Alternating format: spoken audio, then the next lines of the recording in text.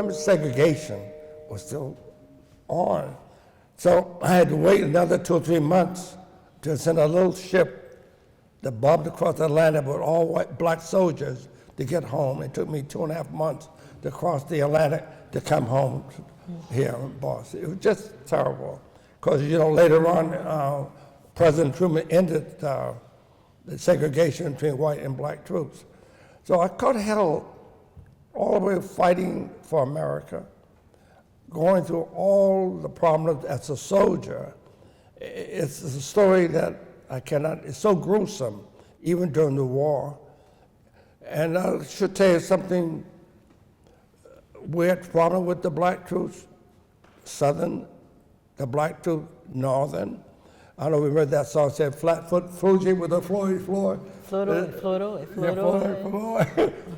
Because the Southern troops, men who joined the army from the South, didn't know their left foot from their right foot.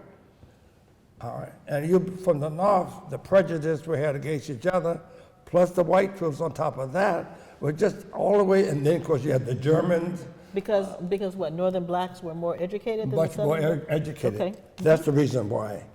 And me being a young person, I was 18 years old by that time, I put 4.5 years in the service and able to survive all of that and then come home to face prejudice and more.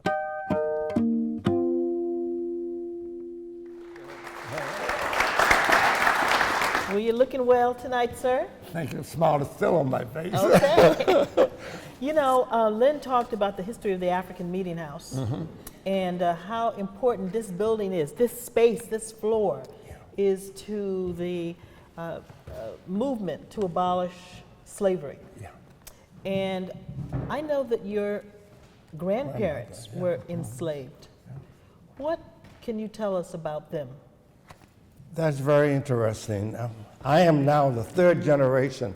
My grandmother, Sophronia O'Neill, was come up to Cambridge. My mother brought her up here to take care of me while she worked cleaning white people's homes. In fact, the Governor Peabody, she washed and scrubbed his floors here in Cambridge, Massachusetts. And then my mother sent me down to Alabama. Alabama is one of those places where slavery is still there today.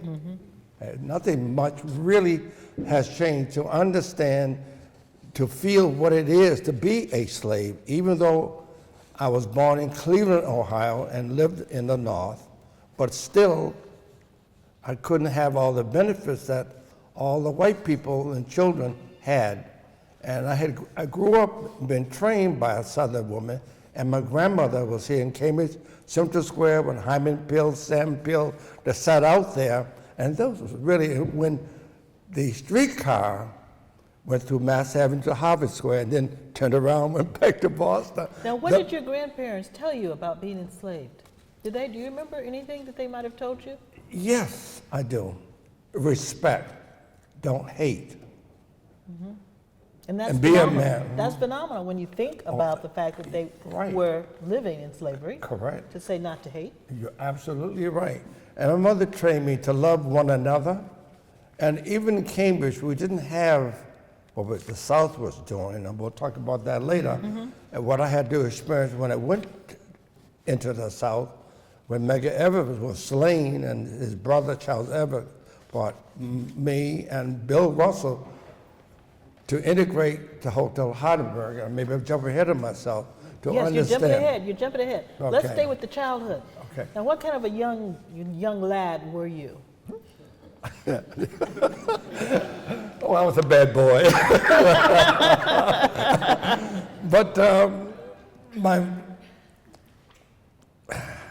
But my mother, let me say what I did. I used to. Were you a precocious young man? Yes, I was. I was hard to manage.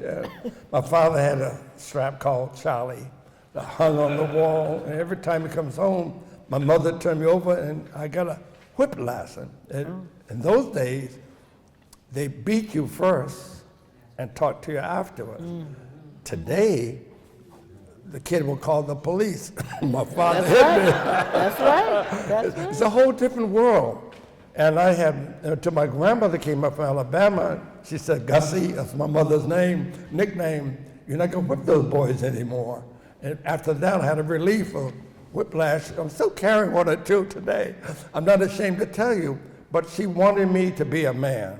And the way they were trained from slavery, they beat us. And my father did not know any better than that. Till my grandmother says, you're not going to touch those boys anymore. And that stopped that. But by that time, I had a lesson that I will never forget. And my grandmother wanted me and my brother, who has passed away, to be a man, to be honest and trustworthy. So I've seen a picture of her, and you favor her very much. Oh, thank you so much. But they drill the word in me to be somebody. And that has stayed with me all of my life. So as a young Marvin Gilmore, looking forward into your future, what did you see? What did you think you were going to achieve when you were a young man? We know about all your achievements now, but when you were young, what did you think your future was going to hold? Well, at that time, I did not know where I wanted to go, what I wanted to do. So mother and my father were very church lovers, Union Baptist Church, St. Paul's Church. And so every Sunday morning, we'll go, I played the piano, my brother played the violin. And those were the days religion were in place that time. And during the week, we cut grass, walk dogs, and do all the menial things in life. And that's what I was trained to do. Little did I know when I started to grow up in World War II, I was in high school, Cambridge High in Latin. We looked at all the young kids, look at these young people here, that I'd be ready to go to war. And I was just turning 16 years old. So why did you decide to go and enlist? Was it something that everybody was doing, or did you feel a particular drive that this was something you needed to do? Well, not that I wanted to go. When I turned 16 and Hitler was getting ready to cross the German line, to enlist, I mean, I had the right to choose whatever theater operation or what outfit I wanted to join. Little did I know that even though when I enlisted, I never got what I enlisted for. And I did enlist for music. I see Ron Blake is here, one of the greatest pianists in the world, and I'm so proud to see him. But I wanted to be, at that time, I was a piano player at the time. And I went to the Langer School of Music here in Cambridge. And I used to play with a little group of young people, and ensemble music, you call it. And but now, wait a minute, you were 16. I can't imagine a 16-year-old going off to another continent to fight war. But a lot of the history that I've read is that many young African-American men wanted to fight to prove that they were full American citizens. Was that part of your, no. Or was it that, you know, if I go someplace else, it'll be a different education? What kind of thought was going through your head? Well, my father, he was a tough buddy. He was born in South Carolina. He thought I was grown up enough to leave home. So I had no choice. So then I said, let me join the Army, and which I did. And of course, so tell us about your time over there in the military. Oh, now you're really talking rough. When I joined the military, I was shipped into Camp Wallace, Texas, hellhole, searchlight outfit, and then to Camp Stewart, Georgia, where the Geechee swamps there.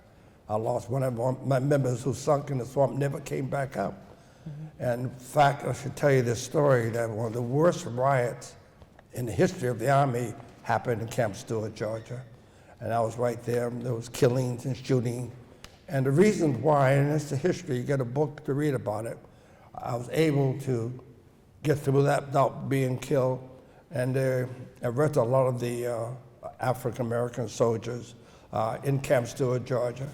And I was chosen by my company commander to separate me apart from all that troubles that were happening and all the killing in Camp Stewart. So that never erased my mind, but they watched me carefully and shipped me out of Camp Stewart into England which was a savior of my life, really. And that's how I got out of Camp Stewart, Georgia. But at the time, of course, it was a segregated army. Yeah, we'll talk about that. Do you remember when World War II came, you being a white friend of mine, a graduate friend of mine, we were separated. It was two separate armies America started when President Truman was then the president. One white, one black. We were friends when we were at home, but became enemies against each other at World War II. That was created in World War II. And the MPs. So when it got into Europe, being a black soldier, we got to a town first, we controlled that. But if the white troops, American troops got to that town, they controlled that. And the MPs became one of the worst enemies, American enemies that I ever found in my whole life. I did bring something here from New York Times, dated 1993. Do you want to? Yeah, Sure. the headline is When Black Soldiers Were Hanged, a War's Footnote. This is from 1993 New York Times. And what's the article about? It's about black men with white women as soldiers. If you're caught with any English girl or whatever it was, they had the courts and they hung black soldiers with no support, no attorney, no. Really? And I sat at some of those hearings, by the way. It was gruesome and murderous to see this kind of thing was being played during the World War II. That's a little known bit of history. Correct. I think the assumption is that black people were being lynched in the South, but not while they were actually enlisted men in Europe. Well, the American government saw fit to hang us like we were nothing. But we were nothing.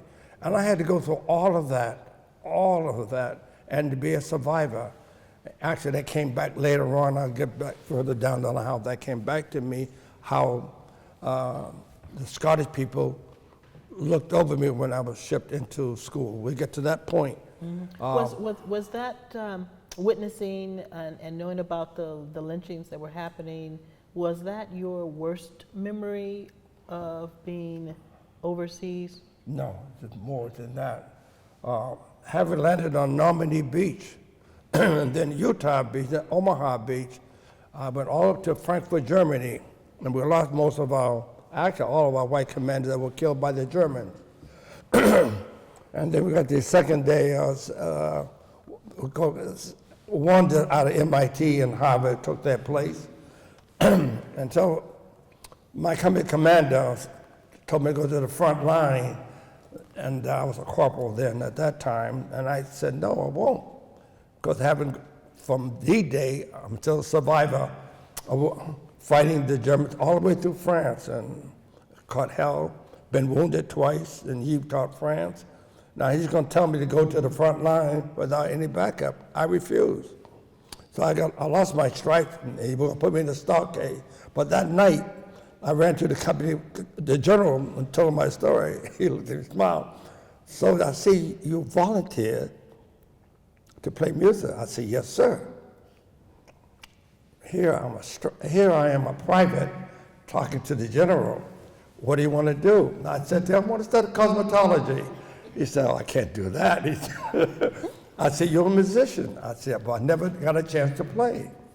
So he called the first lieutenant.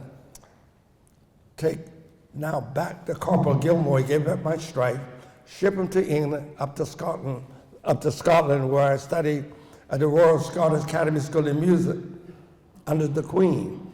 The war is still going on. I look, I said, oh my dear, I cried, thank God, there's a God somewhere. It was a dream that you never imagined. You got a gun, you got grenades all around you, now you're going to play music. In the war, the Germans still coming down at the American soldiers. Here the general says, I'm going to take out all of this and send you back to England. So I stayed there. How were you received at the Scottish Academy of Music? With royalty. I played before the Duke and Duchess of Montrose and studying, and Scottish people took good care of me. The neighbor next door had a piano. I was very lucky to that run, so I was able to practice and then play. But it's a fairy tale to tell you, but of course the Crystal Science monitor had it all. And came back, and I guess my first entree was in New England Conservatory of Music, which I studied there for 4 years. Now, you ended up turning your music into an entrepreneurial opportunity. He giggles. Where do I start? Well, So wait a minute. Let's continue on the chronology. So you finished the war, you come back to Cambridge. I never got back first. When I finished school, I went down to the ship down to come home, and the white sergeant says, "Soldier, you can't come home." I said, "Why? You're black." I know. That I knew. It was the 333rd refrigerator outfit, all white. Remember, segregation was still on. So I had to wait another 2 or 3 months to send a little ship that bobbed across the Atlantic with all white black soldiers to get home. It took me 2.5 months to cross the Atlantic to come home here in Boston. It was just terrible. Because, later on, President Truman ended the segregation between white and black troops. So I caught hell all the way fighting for America, going through all the problems as a soldier. It's a story that it's so gruesome, even during the war. And I should tell you something weird problem with the black troops, Southern, the black troops, Northern.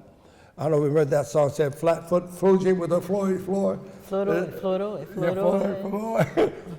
Because the Southern troops, men who joined the army from the South, didn't know their left foot from their right foot. All right. And you from the North, the prejudice we had against each other, plus the white troops on top of that, were just all the way, and then of course you had the Germans. Because what, Northern blacks were more educated than Much the more Southern? educated. Okay. That's the reason why. And me being a young person, I was 18 years old by that time, I put 4.5 years in the service and able to survive all of that and then come home to face prejudice and more, as you mentioned. How did that make you feel, to come home with that uniform, having put your life on the line for America, only to be treated as a second-class citizen when you came home? Well, Karen, it made me stronger as a person to challenge and to fight what I was having gone through 4.5 years in the war. I was strong. My mind was strong. I was determined to be somebody. I was determined to make changes in life. That's what it did for me. And I'm so happy. And then having a beautiful mother and a father who stood by me. And my grandmother too. And by the way, she died at 107 years old. How old? 107. Ooh. Yeah, Sophronia. It's a story really of good genes probably, and also the training that I received from my parents that brought me where I'm at today. And the challenges I still see, the challenges I'm still fighting, the challenges I'm trying to make changes. That it's still not easy. And I tell the young kids today to stand up and fight for your rights and be honest about it and be truthful about that. And it's hard, and I've reached the tender age of 92, and I'm still fighting and working for you. It's so important. Now you, when you came back, you continued the fight in a different way. You did a lot of work with the civil rights movement. Right. Well, before that, the economics. The economic. Okay, tell us about that. Well, I wanted to buy a house here in Cambridge, really. And I walked into the bank and said to the loan officer, "Sir, I need a mortgage." And he looked at me. He said, "I could give you one, but not the amount that I wanted." And I said, "Well, I can't accept that." Why? Because it doesn't pay for me to buy that house. And so I turned him down. But before I left the bank, I said, "Sir, you know, I'm going to own my own bank. He laughed. But 3 years later, I had my own bank. 3 years, 3 days? Well, 3 years. 3 years? Yeah. Okay, that's still a short period of time. How did you manage that? Well, we knocked on church doors, talked to people, and finally we got $3 million to do just that. Yes, Okay? and what was the name of the bank, for people that don't know? The name of the bank, they were Unity Bank and Trust Company now today. One United, and we're located not only downtown Boston, Miami, Florida, and also in Los Angeles. And we have changed hands, but I'm so proud to say that the bank I founded at that time. And there's a little interesting history to Unity Bank, because after the Civil War, of course, there was Freedmen's Bank, but there's a big gap in there between that time and when African Americans had their own bank. So it was Carver in New York. In New York. And Unity. Right, here in Boston. And that was it, right? That was it. That vision to make things happen, really, I thank my parents for giving me that vision to create and to see things that need to make changes and happen. You'll follow it further. And I think I attribute that to music, because I like to dance, and money makes you dance, and everything you do. Because, you know, I got to say this, that, you know, you talk about money, I guess you're right. You know, everything I've done has to deal with money. Those challenges pay, but what makes it even nicer, when everybody else could enjoy it with you. Mm-hmm. I'm a people person. That's the common thread. Yeah, that is. You're right, Karen. Now, that starting a bank was no easy task. No easy task. I'm sure there must have been some challenges there, but that was kind of another piece of the whole civil rights thing that you were doing. Right. And when were you introduced originally to the civil rights movement? Say that again. When were you introduced originally to the civil rights movement? I know you did some marching, you did some big things. Yeah, I joined NAACP when Kivy Kaplan then was president, national president. He brought me in to raise funds for civil rights, and that's when, so much more than that, but that's when I got involved in NAACP, and from that point on, I did a lot. No, my point, no, I'm trying to word it. So much of my life, I apologize. From that point on, to raise money for life membership, I went to Pennsylvania when Sammy Davis Jr. was doing Golden Boy at that time. And I walked in his dressing room, totally unannounced. I never forget this. He said, "What are you here for?" I said, "Sammy," because he was playing Golden Boy in Philly, "I need to come to Boston to help me to raise funds for the life membership program." And he looked at me. He didn't know me. I didn't even know Sammy Davis Jr. And he looked and said, "I like what you're doing," he said. "I'll come to Boston and do it." And he came to Boston and brought his wife up there with him. He raised a fortune here in Newton. Grossman, here go Grossman, remember the Grossman Lumber Company at that time. And where did he perform? Do you remember where he performed? No, he performed on the lawn for NAACP. Okay. Ken Guskin, we were all there, and Sammy Davis. And Sammy played the drums and whatnot. Wow, that's really, a mystery. really nice. I have all of those pictures too, by the way. So it was really quite a story to be told. Tell us the story of Bill Russell, you and Bill Russell, Celtic legend Bill Russell. That's the first step. The second step was when Charles Everett from Mississippi, he headed the NAACP down there in Florida, in Mississippi. Mississippi. Oh my God, Florida was another story. And he invited Bill Russell and myself to come up to Jackson, Mississippi. What's interesting about that, and I chose to go. What's interesting, I was afraid at that point, but no basketball star like Bill, I would be protected. He was 6'6", and the Ku Klux Klan would not bother him because all the press would be all around.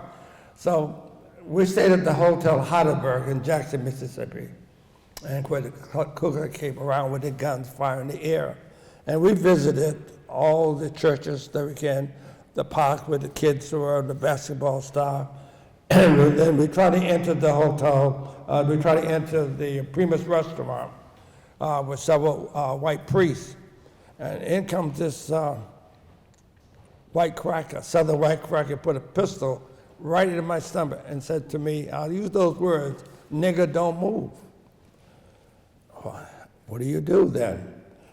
And my thoughts came to me when I was on the Paul Benjamin show, WEI. I said, only in America, I fought to save his life. And he had wanted to enter a restaurant to get something to eat, and I'm going to lose my life doing just that. That really changed my whole way of living. It got me involved with economic development. But we did succeed doing what Bill and I did when we were down Jackson. And I think 2.5 years later, the NAACP had their convention in that same hotel in Jackson, Mississippi. All right, Justice. Justice. That's right. Justice. Justice. That's right. Now, you and Bill Russell must have been a pair, and you told me that in this little packet, you brought some interesting little artifacts to show, and in this packet is a key. Should be that. There's a key in here. Oh, here it is. All right, and what is this key from? At the Hotel Heidelberg. This is my room, 1029. That's the room where you and Russell stayed. Yes, stayed. Yeah. That's in Jackson, Mississippi. Pass it Okay. around. It's, A little you living touch history. history when you do that. Some living history. Okay, all right. So you have any other stories from down south? Sammy Davis, Bill Russell, you were just everywhere doing it. So many stories. It's why I wrote the book, to remember.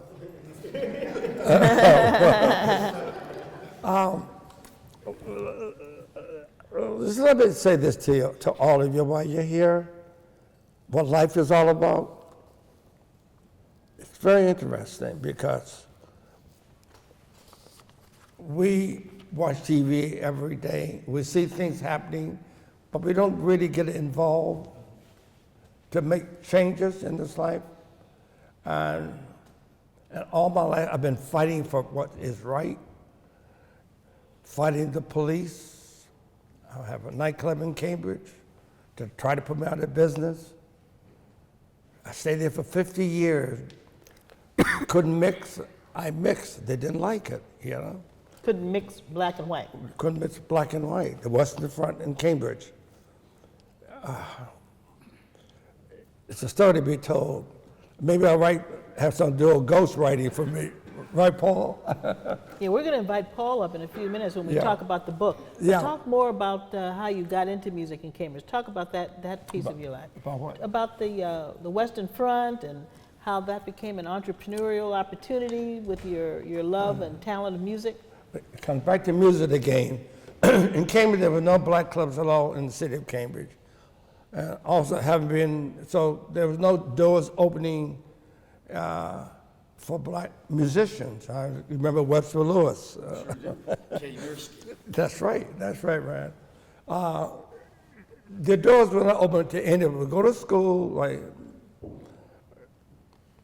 Berkeley School of Music, which my son teaches there as well.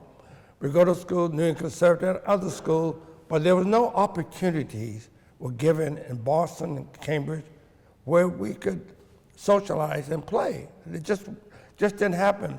So the first one I opened up was the Candlelight Lounge. I got a beer and wine license, but I was refused a full liquor The license. Candlelight Lounge. That's right. Okay. Howard Street and Western Avenue. Okay. You don't know my life, but I'm a dog. I'm a dog. I know how to bite. Meaning that, you know, but But you hear my bark. You follow what I'm saying? Right. You don't back down. I don't back down. I don't back down.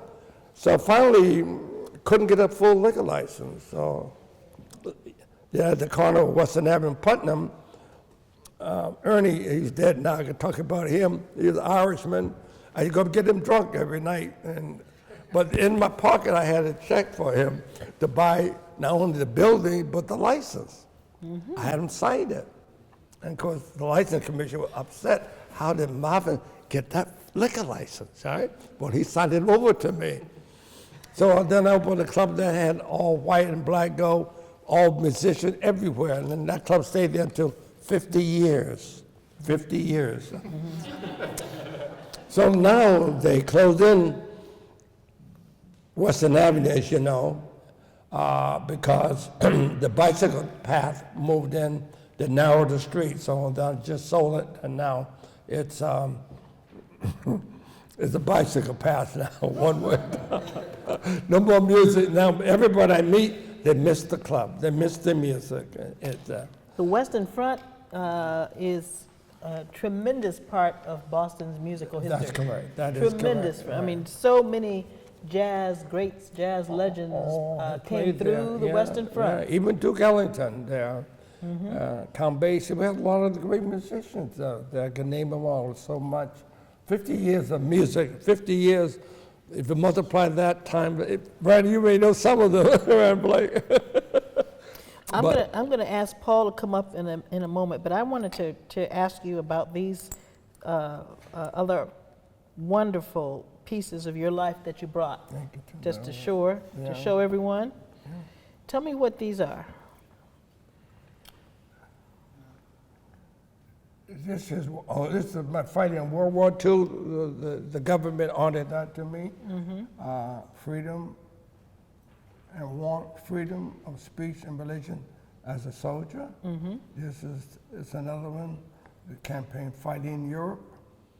And which government gave these to you? U.S.? U.S. government. U.S. Okay. Yeah. This landed on D-Day here.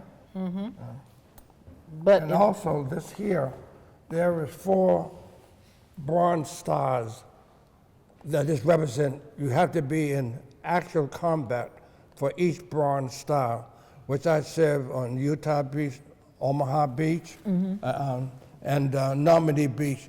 I just got back from a year ago with President Obama, Queen Elizabeth, and President Hollanda, and they honored me on Utah Beach. They did my hand in concrete facing Utah Beach. I should have brought you all of that too. It was quite a ceremony.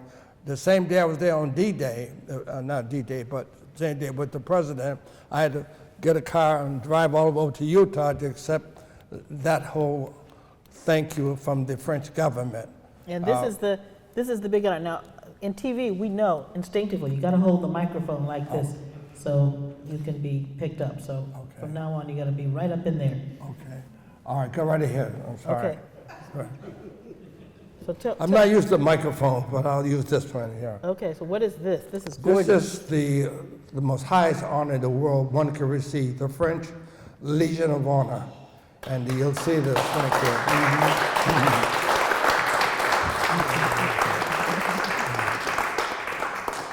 Wow. So, actually, tomorrow, I will be with the French government people from France here at the Athenaeum here on the hill, because we will celebrate Lafayette Day here. Yes. And it's be quite a ceremony. And then we found another veteran to receive the Legion of Honor. And he's up in his 90s, so he'll be the only one to receive it as of tomorrow morning. So I will be with that group.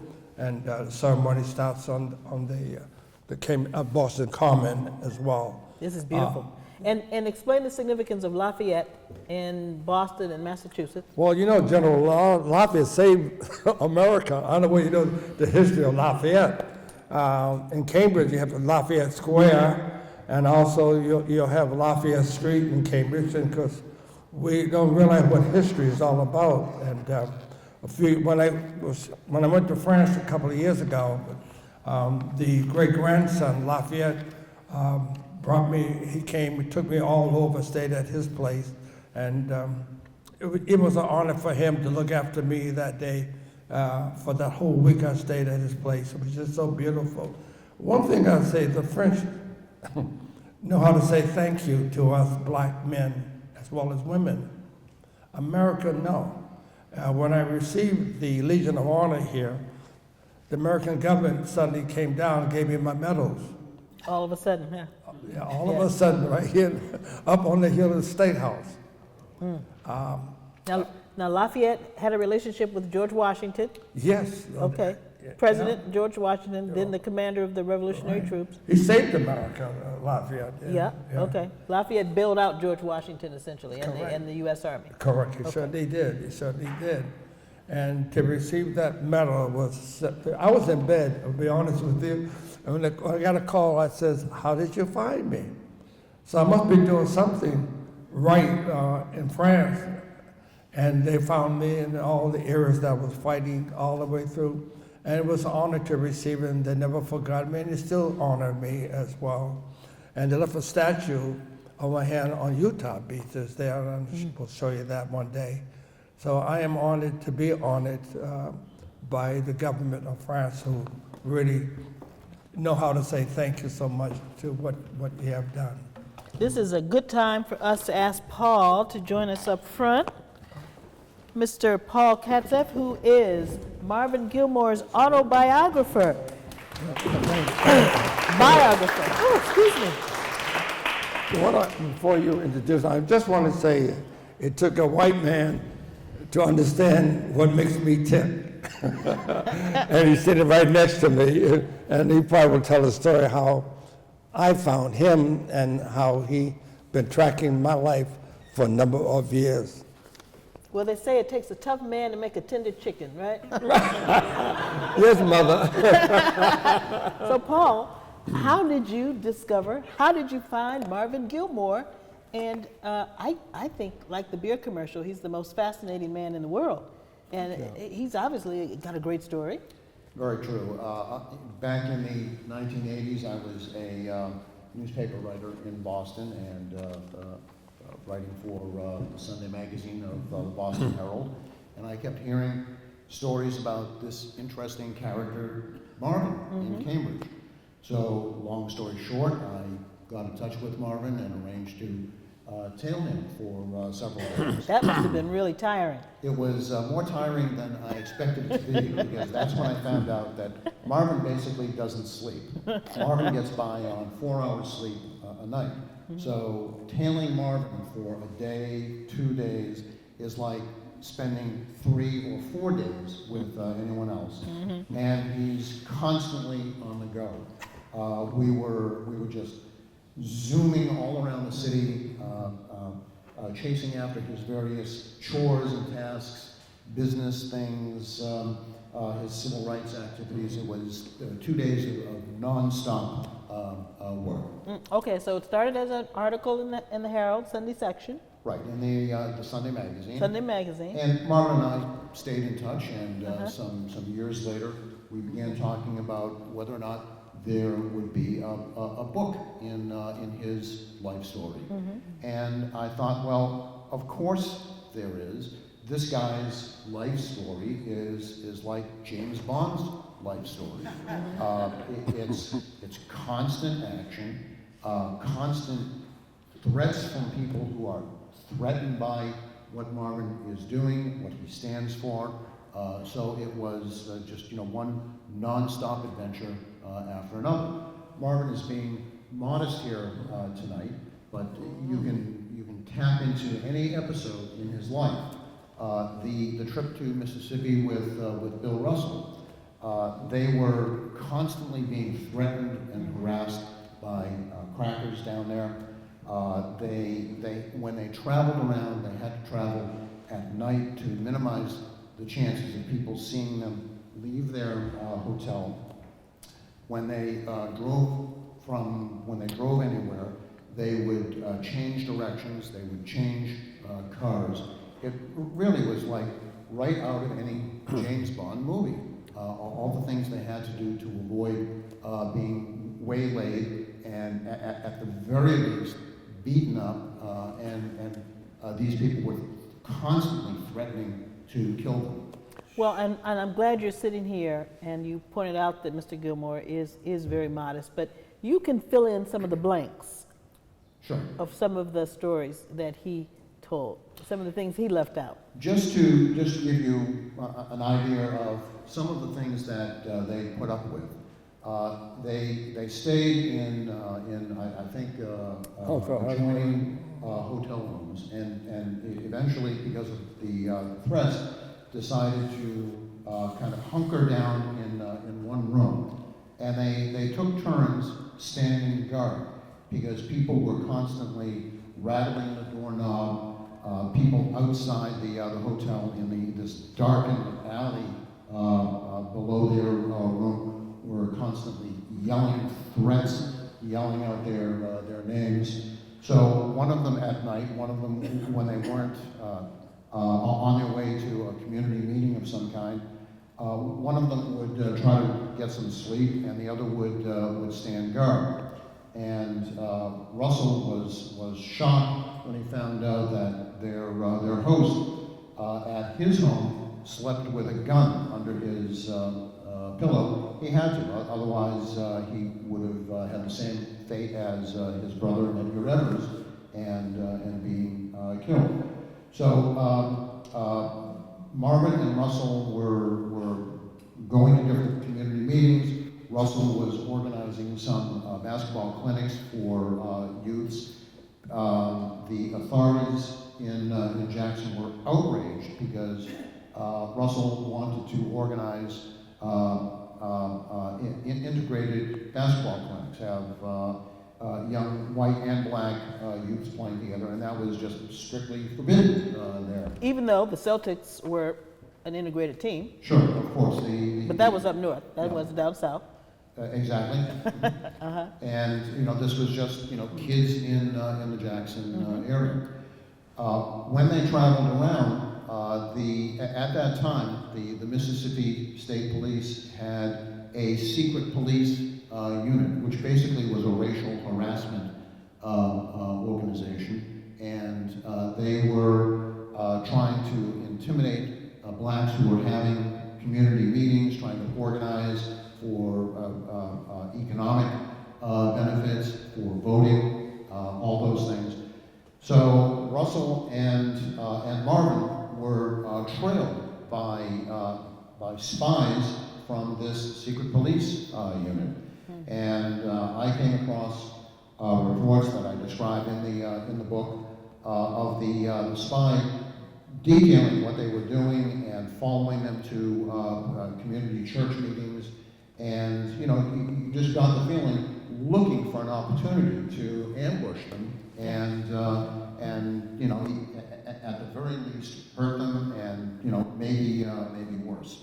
So things like that. As Marvin's biographer, what did you learn? What can you tell us about Marvin's contribution to the economic development of Boston?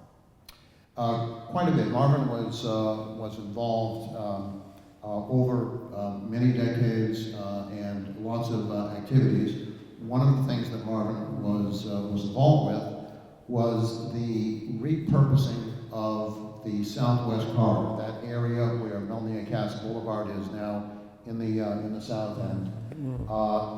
The federal highway authorities had come in and grabbed land there, and basically had destroyed a minority community and neighborhood.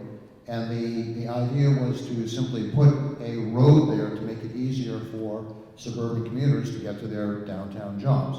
So this triggered a very long political fight, and long story short, Marvin was part of the effort to stop the highway, and then once the highway was stopped, to put something there. The people, the homes, the businesses had been destroyed. It had literally been plowed over. So it was one big open field. And Marvin is the guy who spearheaded the effort to bring in, I'll mention names of businesses that some of you will remember and others are perhaps too young to. Marvin convinced Digital Equipment Corporation to bring a computer keyboard factory there. We built the plant too. And Right, they built the plant there, yep. Morgan Memorial Morgan headquarters. Memorial brought a headquarters in there. Boston and University, Boston University biomedical. brought a biomedical and dental research facility in there. So Marvin was directly involved with creating those things, and all of the things that have happened down there since then, even things that Marvin has not been directly involved with. Marvin is the godfather of all of that redevelopment and repurposing there. Even things that he wasn't working on. None of that would have happened, or none of it would have happened as soon as it did, if it weren't for the efforts of Marvin and other people at that time back then. And Marvin was with the Community Development Corporation for 35 years. That's right. For a long time as its head. I think the current head, James Dilday, is here somewhere, or was here for a while. Is he still there? Okay, but yeah, so Marvin was the longtime head of the CDC of Boston. I'd like to see if the audience has any questions for either Marvin or Paul. Yes, sir. Yeah, Please stand up and tell us your name. Speaking of music, I was curious about if you could tell about your time at Lincoln Conservatory. You went there, and if you could tell you maybe your experience with our other guest, Rand Blake, what was going on with the music at that time, what type of music people were playing, were they using the music as a tool for social change, et cetera, et cetera. Marvin? What are you saying? What are you saying? Well, just asking about your time at New England Conservatory. Oh, I used to have Cecil Taylor at that time. He's still playing. He's still playing in New York. He's doing a great job. He played at the Western Front, I think, 3 or 4 times. That Dusseldorf piano with the hollowed up on the back of the stairs in the Globe, and a picture of the whole. I mean, I love Cecil and him and Trudy Morris, so it was. It's celebrate, you know what I mean? Cecil was one of my great fans. In fact, every time he comes here, you know, we get together. He likes his champagne, yes, you know. And Louis Armstrong, I presented him at Symphony Hall a few years when he was here, when he was alive. I've had all the great musicians. It goes on and on. I look back the years I've served with them. A lot I've forgotten now. Hopefully I'll put it all together one of these days. Gardy? Did you perform yourself around town? I used to perform. I found better to have I became sort of the backbone helping others, musicians. That's why I had the Candlelight Lounge and the Western Front. And then also at that time I founded the bank. And another thing I was doing, I found what my niche in life was, is to create, but not to work it. This gentleman, Jack Drury, has a question. Yeah, Jack Drury, a Boston attorney. Mr. Gilmore, you said that the French Legion Award that you received was the highest award that anyone in the world could get. Could you be a little more specific about the reasons that they gave you that award? I believe it was around your activities on D-Day. This is a tough one to say, to respond to what you're saying, because as a soldier I was trained to kill. Fighting the Germans, I had to kill. And that's where fathers, uncles, and brothers do not like to talk about killing to their family or their children. I'm saying, first thing when I landed on D-Day, we picked up nothing but dead soldiers. It's not a good sight to see. Not only dead ones, but wounded ones, men who lost their lives, men who halfway blown off, their heads and bodies are still alive. I spent some time in Utah, France, in a hospital. It was a gruesome thing to experience as a young person. I was, I didn't turn 20 yet. To be faced with killing, it's is indescribable. To leave home and face death, and I thought I was going to be next. As I look back, and maybe that's why I am the way I am today, to help make changes and do the right thing. So I don't like to talk about killing because that's not the thing to talk about. But we had to do to save America, and I've seen a lot of death, and it's past me now. I just want to say that's what we were trained to do. And then to come back to untrain your mind, untrain yourself to do different things. It's a tough battle. It's a tough battle. I hope I answered your question. Pardon me for rushing in, Marvin. Okay. Let me put some of what you went through into perspective. Part of what the award was about was, and the French government said this in its citation, that Marvin was being recognized as much for his role in helping to liberate France and the rest of Europe as for fighting discrimination in the army.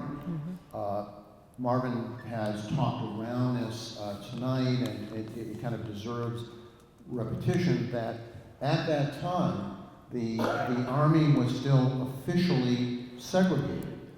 So when Marvin is talking about two armies, that's what he's referring to, that there was literally a white army and a black army. And especially in the South, where Marvin was going through training, it was this kind of cold water shocking experience of coming from the North and being immersed into a Jim Crow environment in the South, and putting up with the racial discrimination within the Army, on the bases, and then whenever he had time off, time to go into neighboring towns for furloughs and whatever, and then dealing with the local community racial discrimination. So Marvin, during those years, I mean, there he was as a young guy deciding to leave high school early, sign up, join the Army, join the fight, and he was fighting several wars simultaneously. He was fighting Southern African Americans who resented the black soldiers from the North. He was fighting white rednecks in the South. He was fighting the Nazis. So it was Marvin fighting a multi-front war that in a lot of ways mirrored the greater global conflicts that were going on. Any other questions? Yes. Hi, sir. My neighbor. My name's Ellen Sussier, and I have a little bit of laryngitis. So That's okay. I wanted to know what your opinion was of the election of 2008. 2008. Obama Obama. becoming the president. Greatest thing ever happened. Who would ever believe that we would have a black president? Beyond my wildest dream, but it did happen. The struggle that we're having, and will still be having, is that we need to unite more, work together, because that's what it takes. We're still at war. I said that when I first started talking to you. It may end, but it's never unending, all right? And there'll be more, hopefully in the future, more Obamas that will come around to change what we're seeing right now. I'm not going to vote for Trump. I was just curious, Right. in your lifetime, that a black man was elected president in the United States of America. And I am 50 and thought I would never see the day, and I did. But it has happened. But now you got the Trumps who are trying to undo what has been done. So I say to all of you, young, old, please vote for Hillary. Even if you're not a Democrat, vote for Hillary. And then you maintain that status quo. You follow what I'm saying? And we come a long ways. We really have. But we still have a longer way to go. But at least it started. And now we see the other side trying to undo it, trying to destroy it. We're not going to let it happen. Another question?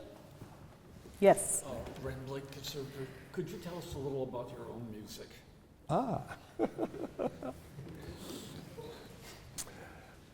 Ron Blake, one of the greatest pianists that we have in our audience. Please.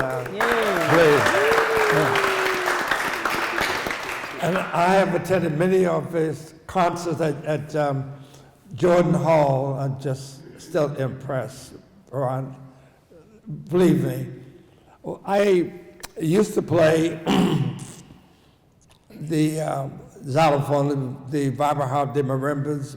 First, when I joined NEC, I started with piano, but the dean saw fit to change me into percussion instruments. And I began to play the xylophone and the drums, the timpanis and all of that. But what's interesting, Ron, when, what's his name just passed, what's his name now?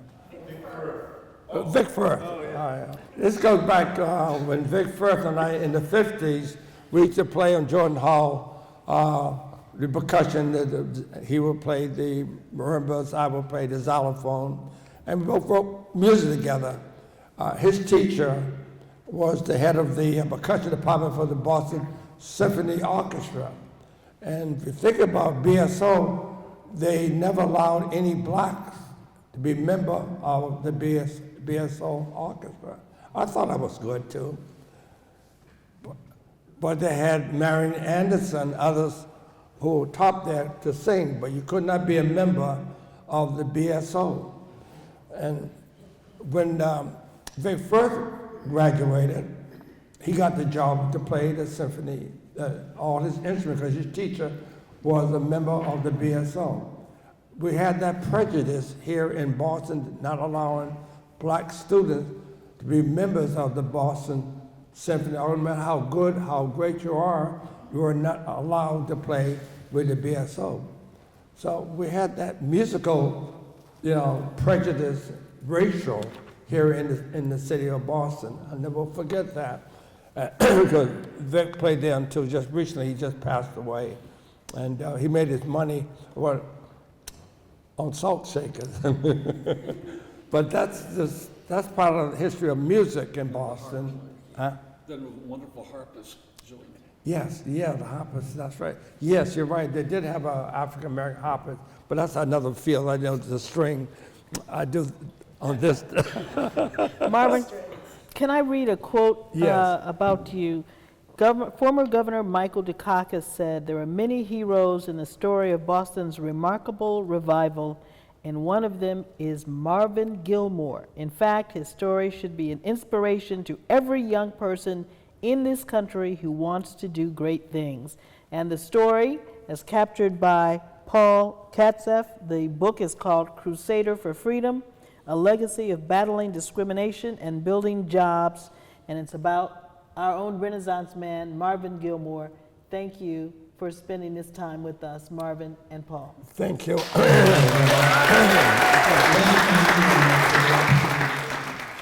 I was with Mississippi political organizer Fannie Lou Hamer when she got sick and tired of being sick and tired and demanded the right to vote.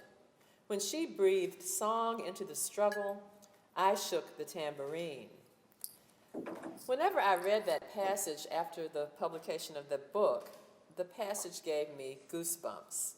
I now believe those goosebumps were Fannie Lou Hamer telling me to write her book.